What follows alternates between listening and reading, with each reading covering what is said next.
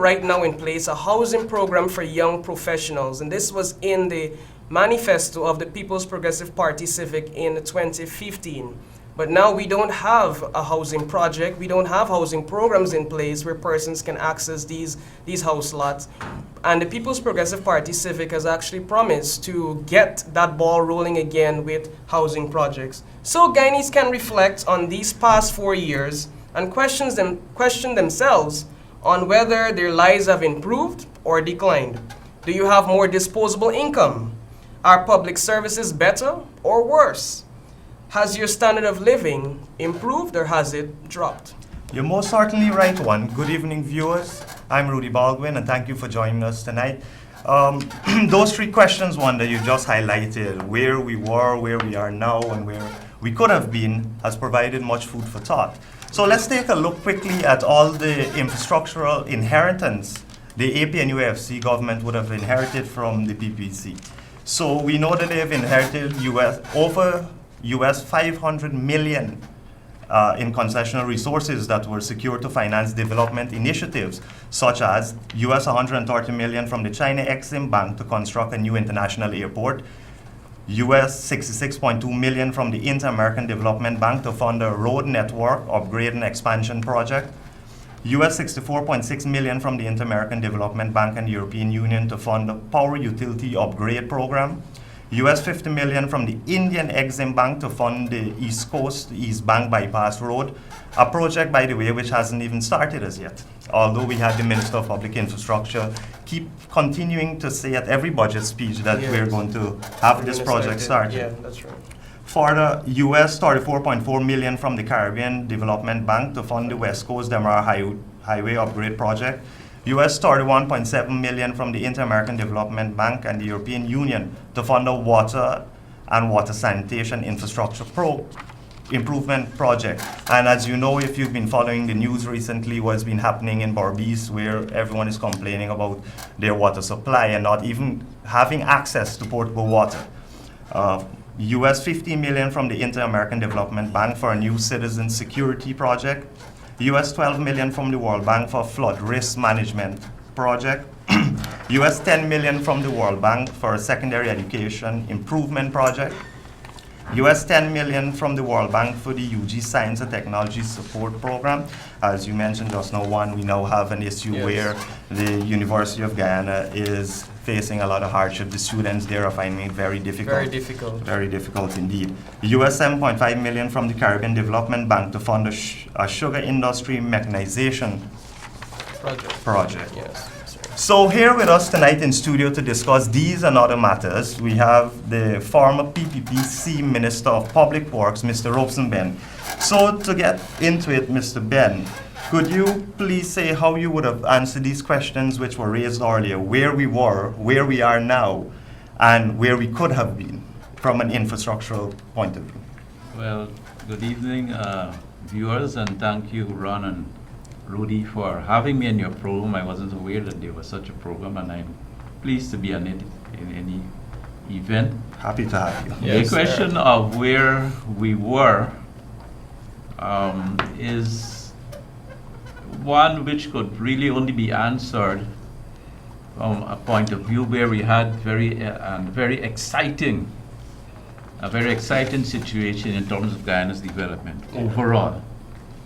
If you fly over, or if you drive on the roads, if you see the expansion of schemes, if we talk about the prospects for a new specialty hospital, the expansion of the airport with a modern aerodrome building, the question of hydropower in the form of a Myla Falls for 165 megawatts. Yes. We were on an exciting trajectory. Yes. What has happened, in my view, is that with the change of government in 2015, after rounds of budget cutting and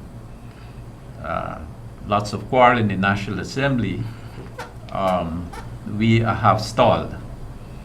Our economy, in my view, has only kept up some growth in some areas as a result of the investments in the gold mining sector, particularly. Yes. But in terms of productivity in all other sectors, we have stalled. And if we don't get the oil production just now, we might be in for a free fall. In fact, for families in the sugar industry, in the sugar belt, on the Quarantine Coast and at Wales, and for those who support those industries, and also for people in the timber industries, and a lot of people who were involved in the building construction industry, Yes. they are personally with their families in a free fall in terms of their livelihoods, being able to send children to school, being able to maintain the kind of lifestyle and expectation which we want for all our Guyanese people. So we have that difficulty. My issue, and I'm not coming here to complain, but to point out, in respect of particular projects for which I had responsibility as Minister of Public Works, related or stems from a recent stealth attack in on Facebook. I'm not a denizen on the Facebook, but I was attacked in respect of the particularly one project, the airport expansion project. Yeah. And as you know, I made a reply to try to clear up some of those Yeah. assertions. Saw the reply. But we've had the airport project, as I said, we've had the Myla project, which was stopped. And I have to say two things in respect. First off, otherwise, one, Guyana has two problems in terms of its development. One, first problem is that we don't have enough people for the land area which we reside on, the totality of Guyana. And secondly, we are energy poor.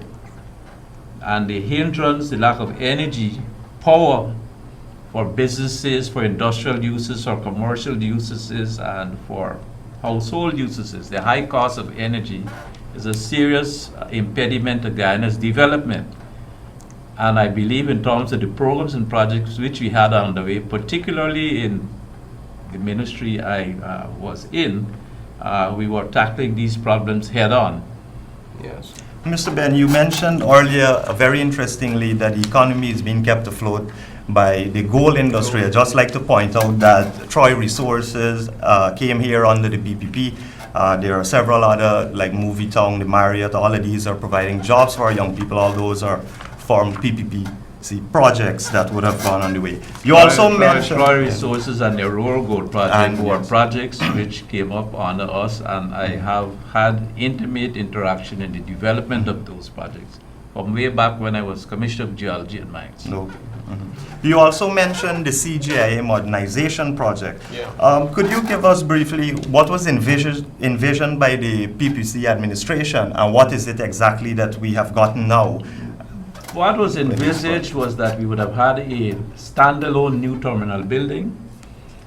There would have been an extension of the runway by 1,000 meters.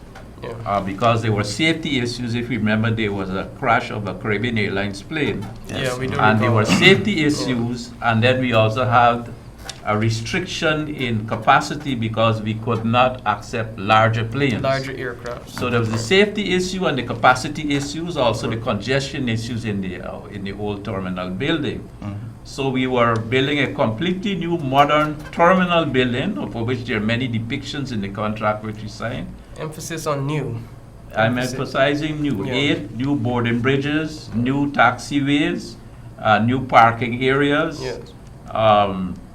A building with floors in the middle so you could have a viewing gallery, escalators, and all of those things to have the ability to handle the increases in passenger and aircraft arrivals into the country, Yes, of course. which was happening at that time. Yeah. So, What we have now for a contract which we signed as a fixed price contract with China Harbor, we have had a reduction in the scope of the project.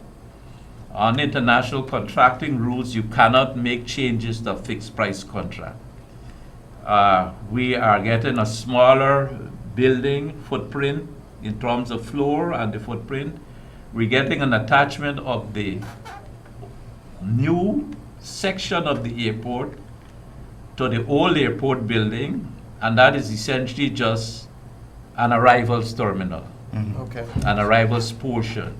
So we have a rehabilitated airport project in place of a fixed price build contract for a new building with many new features which would have enhanced our ability to handle passenger and aircraft traffic moving together. Well, you have mentioned about the airport traffic and all of the passengers. We have just seen recently, yesterday, IATA issued a statement where the government proposed to collect fees manually again at the airport for using the rehabilitated airport, and they are against that. So, Mr. Ben, my next question to you would be on the project that you have also worked on as former Minister of Public Works, the Sheriff Street Mandela upgrade project. So, can you tell us what was the plan in terms of cost and the scope of works? Well, the plan was to have 7 or more, just about more kilometers of an upgraded Sheriff Street to Homestretch Avenue, and then a 4-lane highway, widening of the road to 4 lanes all the way to the Houston bypass. And Oh, okay. with drainage, pedestrian walkways and so on, particularly on the Sheriff Street portion, which has high pedestrian traffic. This project is now on the way, but it was one of several projects which were delayed in terms of financing or startup, which occurred at the time that the new government came into place in 2015. We had a stoppage of the Mila project. We had a delay on the East Coast project.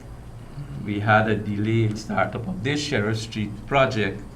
And we have had delays in many of those projects. I guess they were thoughts of an assessment, which is natural for any new government coming in. But the delays in project startups were excessive, have been excessive. And even for continuing projects, like the airport project, the delays have hurt us. And I think that we're in a situation where we are not getting the benefit in terms of what we would have realized according to the original schedules of these projects, Yes. as was intended. So the projects have not come in as envisaged to benefit the Guyanese people, whether it's road, aerodromes, sea defenses, all of those issues, they have not come in to benefit to benefit our people. Yeah, of course. Okay, so in light of all that you have just mentioned, how would you say that the coalition government has been managing the area of public infrastructure based on your personal experience as a former minister? Well, I'd say that I think unfortunately the coalition government came into power beyond issues of ego and bombast, which seem to a lot of that to have come into play. I particularly remember them saying that the beginning, when there was a little flood that they had in 2015 was bigger than the 2005-2006 Yeah, we flood. saw An some stuff unmanageable statement to me. But I think they believe a lot of the things which they uttered in Parliament, that we were stealing 15 or 20% of all the money, that the economy was functioning as a result of drug money. Yeah. So every little ounce or pennyweight of gold you make, or pak choy you sell, or chicken you sell, or work in an office, they believe, though somehow they believe their own propaganda. Yeah. And then when they were faced with the reality of running the projects, of getting the development going and continue the development, I think they were helpless. I don't think they understood clearly what was needed to be done. And I don't think, in my personal view, that they were activists enough in getting out to see these projects going, which synergizes our economy in totality. So one, I don't think they were much visible in terms of getting the projects going. I don't think they understood the integrated nature of all these projects. I think that for many of the projects, they started out with attacks on productive sectors of the country, in terms of sugar, which we know of, rice, the promises were not kept. A mile of falls, as I said, Guyana is energy poor. The NOR consult reports point out that it is still a valid project, but they abandoned it and they have stated that by 2025, Guyana will be totally on renewable projects, on renewable energy. Yes. All basically, or there might be some gas, but will be almost 100% running on renewables. That is an impossibility in my view by 2025. 2025 is just around the corner. Well, I guess based on what they have been doing currently, you're saying it might be an impossibility because although they discontinued the Amelia Falls hydro project, we see every day there is some plan to build a wind farm or a solar mill somewhere. All those But things we're are not- good we're in not themselves, we're not seeing but them. the consultant reports from the Norwegians, the NOR consultant report in itself states that Guyana's fastest move towards renewable energy rests in realization of the 165 megawatt Amelia Falls project, Yes. which was stopped. And the road and the bridges and all the effort that our young people were making out in the field to build that project has been abandoned. Yes. A highly unfortunate, and I would say a criminal act. In my view, it's criminal, but that's my personal view. The intention was that with the realization of Amelia, we would have power costs to people and to commercial industrial power between 11 to 12 US cents Well, per kilowatt hour. essentially, The cost of power would have been less than half than what it is now. We're still struggling with the quality of power, and we're still struggling with the issues of blackouts in our country. yes, it's And very we will well not develop. We knew in any event that we would have found the oil. We knew that it had to happen, and that in any event we would have had a mix of projects in terms of wind and other things which are being studied for a Yes. long time, and initiatives were on the way to propel those things. But we know that if you're really talking about a low carbon development strategy or a green state development strategy, whatever name you put to it, that hydropower in terms of renewable power is the key. Indeed. Is still the key. And so the decision to abandon the Amelia Falls project to me is highly irresponsible, suspect, and criminal. Okay, so Mr. Ben, we are in a time right now that we may be having elections this year. Of course, judging on the results from the court hearing next month and so forth. So can you say, should the People's Progressive Party Civic return to power this year, what can Guyanese expect from projects from a Ministry of Public Infrastructure? Should they expect for the projects that were at a standstill prior to 2015 to push ahead now? Are they going to be new projects? Or what exactly can Guyanese expect Well, from a People's I have to Progressive be a Party bit Civic? careful. I'm a commissioner, the Guyana Elections Commission. Oh. I have to think. But what I would say Yes, is yeah. that in any event, and what is known, that the vote in the National Assembly on December 24th, 24, yes. last year appeared to have been a wake-up call for the current government. But that the fact remains that the mistakes which they have made in not advancing those projects at the intended pace, and the lack of synergies which would have resulted from those projects coming into being, and the attacks on our basic industries in terms of sugar, Right. forestry, even the mining industries in terms of medium and small scale mining has had attacks, will continue to hurt for a long time. People are leaving the country. People are not able to give the children the type of education we need for a developing country. Yes. In spite of all the talk that is going on, I was on the quarantine course a few weeks ago, and it was distressing to see empty houses, young people doing not much, and machines sitting out there in front of the Skeleton Sugar Estate. No productivity. Tractors, bell loaders, all of those things sitting, doing nothing. So the land is idle, and the people are idle. That's right. And how do you develop? How do you develop if you get rid of 7,000 workers who are integrated with people who drive the minibus, people who fix houses with their money, people who plant greens for people to eat. You impact, if you get rid of 7,000 people, you're at least impacting another 21 to 28,000 people in terms of livelihood and the families related to that. And so it's a serious matter, and I don't know that they can get out of this by themselves. I would hope that a new government, and particularly in the form of the People's Progressive Party Civic, of which I was a minister for a number of periods, that we were successful even when they were making budget cuts and giving us difficulties in terms of building our country. Even when we had terrorist attacks in terms of crime situation, jailbreaks, and all those things.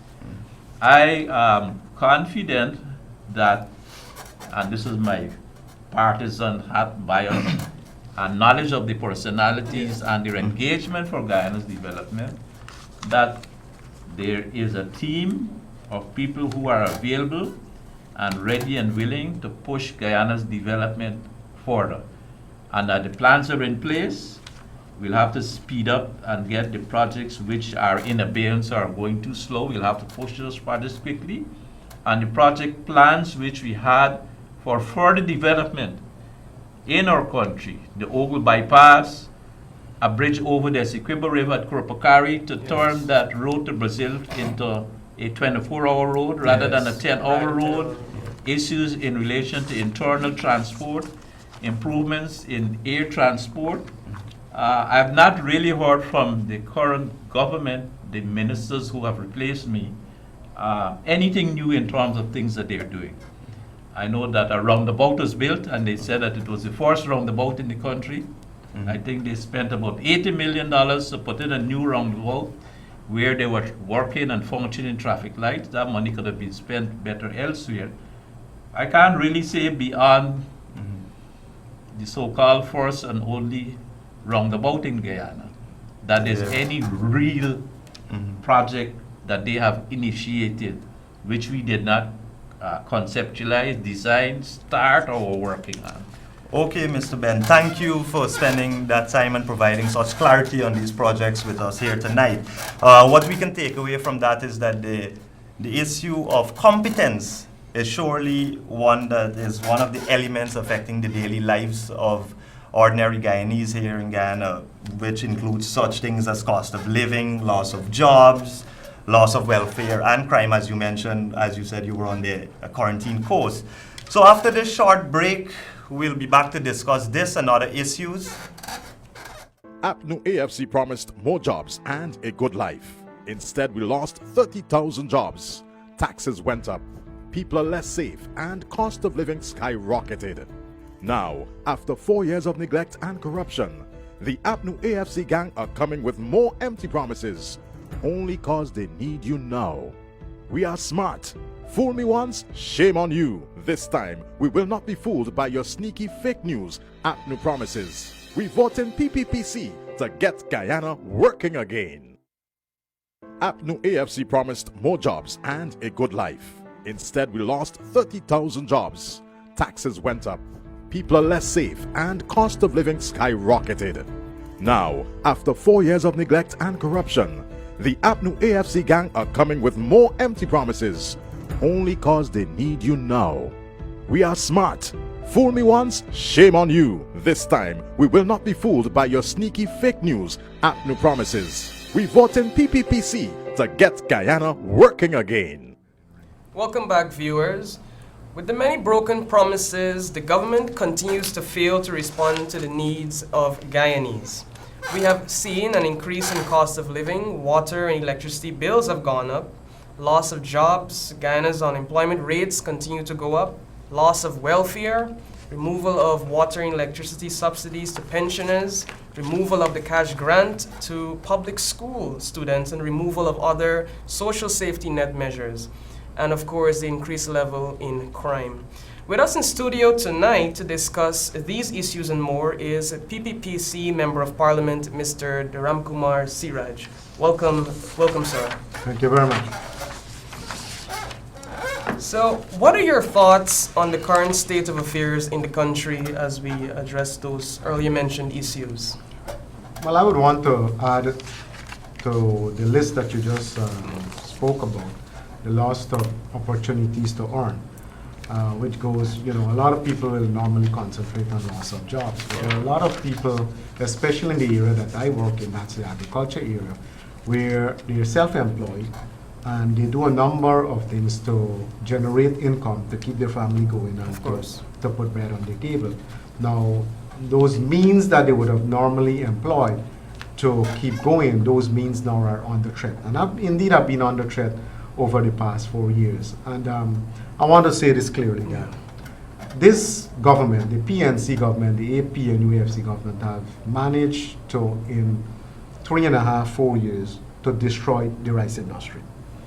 Since 2009, the Guyana rice industry was on a trajectory that shows increase in productivity and quality, in earnings, in export, in income earnings, in circulation of cash in local communities. And from 2015 to now, the industry, this government brought the industry down to its knees. And that is why I ask that I add to that list that you just orate on, this issue of loss of means of income. Because this sector is now facing hardship.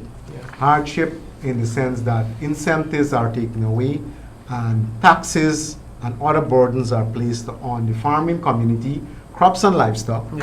And it's impossible for them to really improve on their livelihood, and as a matter of fact, things are getting worse. This has also led, of course, to an increase in crime, because, over 7,000 sugar workers were dismissed. They've turned to agriculture. I went to a cremation of a fairly young person about a month ago who was involved in agriculture activities, and I suspect the stress of trying to make ends meet would have taken a toll on his life. And I met a farmer there, young farmer, who told me that he's in the process of harvesting 3,000 pounds of shallot, and the best offer he could receive at this point in time is $30 per pound. Wow. I was shocked. When I was in high school, I used to assist my father in planting shallot. And I can tell you it's a tedious operation to grow shallot. And the resources that you have to put in to get a pound of shallot out, there is no way $30 can justify even harvesting it. And I could immediately empathize with this farmer who told me he's being offered $30 per pound. And I said that, look, I'll try to see what I can do for you to get at least $60 or $70 per pound. And I came down and I spoke to a number of people. Now this is happening not only with the shallot farmers or cash crop farmers. Some farmers complain that they squash $15 and $20 for one squash, right? It doesn't make sense even to pick it. But this is as a result of 7,000 plus people turning to agriculture after they were dismissed because they don't want to go and steal. That's right. They have a family to maintain. Their only means of earning was taken away from them. They turn to the land, they produce, and even in this hard weather, I recall in similar type of weather situation where you have extended dry, not really El Nino, but extended dry period, where you go to border market and you'll be shocked at the price of greens. Bora, Belange, shallot, and all this kind of thing. Today you go to border market, you can pick up a pound of shallot for $80 or $90 in this hard season, which means that there are a lot of people who turn to the land. They have produced, nothing wrong with that, and now they can't sell it. And if they get it sold, it's now below their cost of production. And they're now caught up in a vicious cycle. And this now is leading to crime. One former cane harvester was shot in the river, in the Kanji River, a couple of months ago when he was caught by the police. I don't know, the police said there was a shootout. I doubt whether, 3 or 4 former employees in a canoe, even if they had guns, would engage in a shootout with the police and heavily armed, where it's a platoon or half a platoon of policemen up there. The most you will do is ditch your weapons and move on. But this is symbolic of what is happening in our society. True, so true. In the urban areas, you have a similar situation too, whereby youths are unemployed, and it's one situation leading to another, to another. and generally things are getting harder and That's harder as the true. day go by. So how have the actions of the APNU AFC coalition government exacerbated the current state of affairs? How have their actions in particular affected our people in Guyana? The productive sector is under threat. They're under siege by this government because no incentives are given, and this government is spending more than it's earning. And in the process of balancing the books, Yes. their only means to revenue is via taxation, because they have not developed any plan systematically or otherwise to give incentive to the productive sector that will generate employment, generate income earning, That's right. generate Okay. generate export earning, see more US dollars coming into the place. So what has happened? Their expenditure has gone through the roof, of course, with the number of ministers and the increase in the Yes. salaries. Yes. Each minister with their secretariat, their advisors, and vehicles being bought, and all kind of fancy Yes. thing going Yeah. on. Houses being rented for exorbitant prices and so on. So to meet that gap between their expenditure, their increased expenditure, and their reduced revenue, they've turned to taxation. Okay. License fees have gone up. Even now, if you have more than 4 or 5 dogs in your yard and you don't have a license, a breeder's license, you can be charged. That is how ridiculous it has become. So this is a situation where this government has contributed to the depression in our economy and the depressed state of livelihoods for our people, because they don't have a vision, they're not articulating any plan that will see economic growth, that it will even maintain that which we had. I'm happy that you mentioned the plan, because at the start of the program we spoke a little bit about the People's Progressive Party Civic and the plan that they had in place. So what were some of the initiatives that the party had in place to address these issues, cost of living, increased hardships, and so on? What are some of the strategies we had in place to address Well, the these People's things? Progressive Party Civic recognizes that in order for your economy to grow, you must produce. And in order for you to produce, regardless of which area that you're in, there must be incentives. There must be a regime of measures that will encourage entrepreneurs to get involved in business, whether it's agriculture, manufacturing, industry, trade, and services. Yeah. There must be a regime of measures that gives the potential entrepreneur, businessman, investor, some comfort that he can make an investment and he can generate income. Because an That's right. investor wants to make money. That's right. In the process of making money, you have to invest.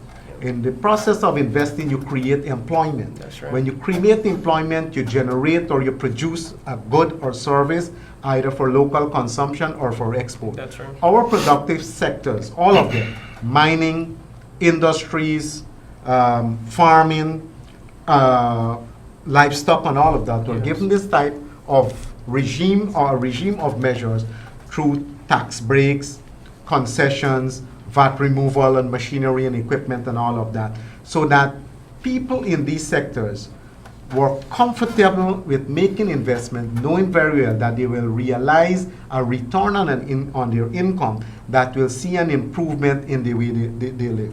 And that is the plan basically that the PPP had in place.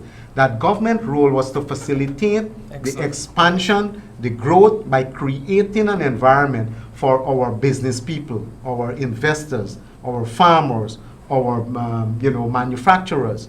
And that is why Amelia Falls was on the card too, because right. our manufacturing sector, our commerce sector, always talk about the high cost of energy. You Indeed. cannot compete anywhere in this world if your energy cost is high. That's So that was the vision that the PPP had, to create that environment as a government for the private sector to realize their potential, and in that process create employment, produce goods and services, export, on foreign exchange, and build your foreign exchange account so that the economy as a whole can be strengthened, and create, most importantly for the ordinary people in the different villages, create an environment where you have constant circulation of cash. Of cash, yeah. Cash circulating, and that is why, the Polauri vendor, the cane juice vendor, all these people were happy with what was happening because they see constantly things happening and they were able to move on. So what is needed now, right now, in terms of action by this coalition government? What Well, do you they need think? to resign. Right, so this government needs to resign. They should recognize that they have practically brought this country down from where we were, right up here. Now we are on our knees. And the only thing they're talking about is the possibility of a rescue operation using oil money that we're not even certain that we're going to get, with the kind of contracts that you're signing and all of that. So what is occupying the space, or the government space, in terms of their propaganda and the news space that they have control over, is that, oh, another well will be drilled, this will happen, that will happen, and oil will be the savior of all. And people are questioning this, that oil is going to save us all. Guyana has a lot of potential in oil, Yes, we do. reserves and all of that. Yes, we do. But there are countries with proven reserves that are pumping oil presently that are really not doing good. They're not. 85% of the population lives in poverty, Yeah. and you have 15 or 20% or even 10% of the population living an elite lifestyle. There is not an equitable distribution of wealth. So the country itself might record high GDP, Yes. but individuals, 80% of countries' population are living in poverty. And if you look at the big numbers, then you get the impression that you're doing well.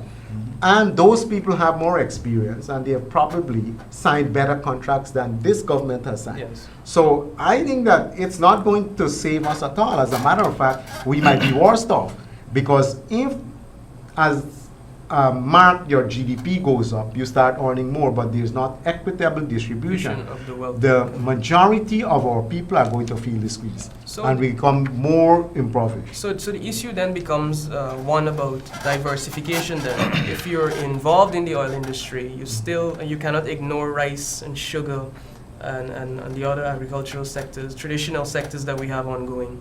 Not because we're receiving oil now, or we're about to receive oil, it doesn't mean that we can ignore our traditional sectors. So are you saying tonight that the People's Progressive Party, when it returns to power, they will diversify in its actions towards still assisting our farmers and our miners?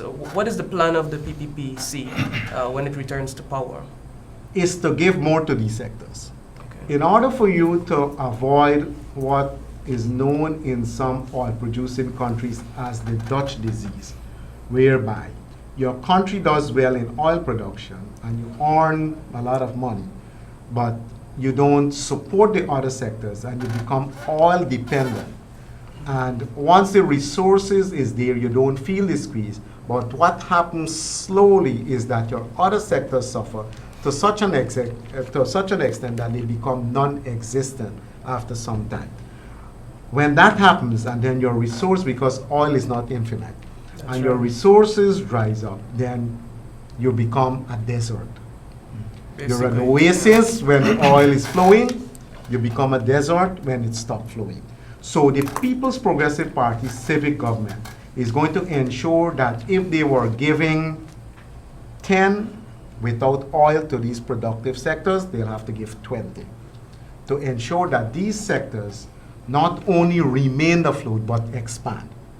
They expand to such an extent that they hold their own in our macroeconomic framework. Definitely. That we can continue to produce and continue to export. Because the classical old-time saying of don't put all your eggs in one basket will apply here. Because if you do that, you run the risk of suffering the consequences of the Dutch disease, which has affected so many other countries before. And I'm telling you, countries that signed better contracts than that which we did. So we have to be extremely careful that we ensure our traditional sectors. We can live without oil. People can't live without food. That's And you true. can buy food, right? But when the money dries up and you don't have it in production, then you'll be unable to purchase. So we have to ensure that we continue to put more resources in these sectors to ensure that should that time come, we will do the transitions seamlessly and continue to grow and continue to prosper. Continuing our traditional sectors you've mentioned, we know recently in all the dailies newspapers, there is an issue in Region 5 with the rice farmers, where you have seen one rice farmer sent as much as $2 million for DNI charges for the year 2018. Now, I know you're the General Secretary of the RPA, and you have been working with these farmers. Can you provide us with an update as to what's going on there and how you guys plan to assist the farmers in this? Well, the Mahaika Maipuni Abari Agriculture Development Authority issued invoices to farmers with leased land and with transported property, charging them from $0 to $5,000 per acre for DNI charges. In the case of transported property, these people pay property tax, they pay the GRA and what have you. So they were never ever burdened with these other charges. So this is a case where they're already hard pressed, and this is a case where now it's almost like the final nail in the coffin. Right? So therefore, the industry is contracted. You would have noticed that the Guyana Rice Development Board and the Ministry of Agriculture, both singularly or collectively, have not said anything at all whatsoever about 2018 in terms of production. The fact of the matter is that the contraction started since 2017. And they were in 2015 and 2016, they were only able to increase production because of the foundation that was laid by the People's Progressive Party administration. Yes. And as a matter of fact, by the end of 2015, with only 7 months in office, whilst we exported more, we actually earned less. And this is a hallmark of this government. You're producing and you're perishing. So the unit earnings per ton, the earnings per ton of rice actually was coming down, reducing year after year from 2015. So we continue to produce more and we're receiving less. So that led, well, not surprisingly so, to a contraction in production. And this year it's even going to be worse because you're hit with the taxation, the increase in the DNI charges by MMA. You're now hit with infestation of paddy bogs. We had initiated a program at the GRDB in 2013 to set up a specialized unit, put $100 million at their disposal to deal with paddy bog infestation and all of that. Because all the studies show that the paddy bog has, as a single pest, has the ability to have the most devastating impact on the entire crop. If you lose 20% of your crop due to paddy bog infestation, you lose billions of dollars. And that billions with a B. Yes. And that is why $100 million was nothing put aside there for this specialized unit to address this issue. On assuming office, the AP and UAFC, they scrapped that unit. They use the resources to fly ministers around the place and the Prime Minister to go to Edghill, pay the airfare and all of that. Now, they are blaming the technical staff for what we have seen, an increase in paddy bog infestation. The technical staff were not given the tools to execute on that which they know best because the policy was all wrong. Now, in order to, when I spoke to the minister about this burden that he's placing on these rice farmers, the minister said about, see, right, when you drive around, you see the house where they live in, and I said, Minister, they might have a nice house, they might have a car or a tractor, but you don't know the financial status of these people. Yeah. Because tomorrow morning the bank can move in and take the house, the car, and the tractor. And then you have people there who are unable to make a living. A man, a father, and a mother can't provide for their children, and desperation steps in, and you don't know what will happen. So they have basically placed the burden of taxation, increased DNI charges. MMA alone from $3,500 to $15,000. In Hope Estate from $5,000 to $15,000 at the time when you're actually getting less. Farmers are now caught in a vicious cycle whereby they have to borrow from the miller to go into the crop. At the end of the crop, when the miller takes out what he advanced them, the people don't have, and some of them end up even owing more. So you're getting now into a deeper and deeper hole, debt-wise, financial-wise. And that is the reality now that the industry is facing. And that is why a lot of farmers are saying that rice is going to end up like sugar. We're going to lose our farmers, we're going to lose the industry because of the incompetencies and the short-sightedness of this government. And we know because of the increased cost of living from the pressures of the government, that is not helping as well. Okay, thank you, Mr. Siraj, for being here with us tonight. Just to remind our viewers, we are talking about how the AP and UAFC coalition government squandered an inheritance that could have propelled Guyana's development further into the future. So we had two former PPC members here with us, a former minister and a member of parliament, not former, here with us to discuss these issues. And what we can take away is that the government, as it concerns infrastructure, is not competent enough to deal with the infrastructure inheritance which they would have inherited from the former PPC administration, as well as the increase in cost of living, the increase in crimes, and the loss of welfare, the loss of jobs is what is affecting Guyanese today. Yeah, so definitely, Roodi. So just to remind our viewers also, we looked at three key questions this evening.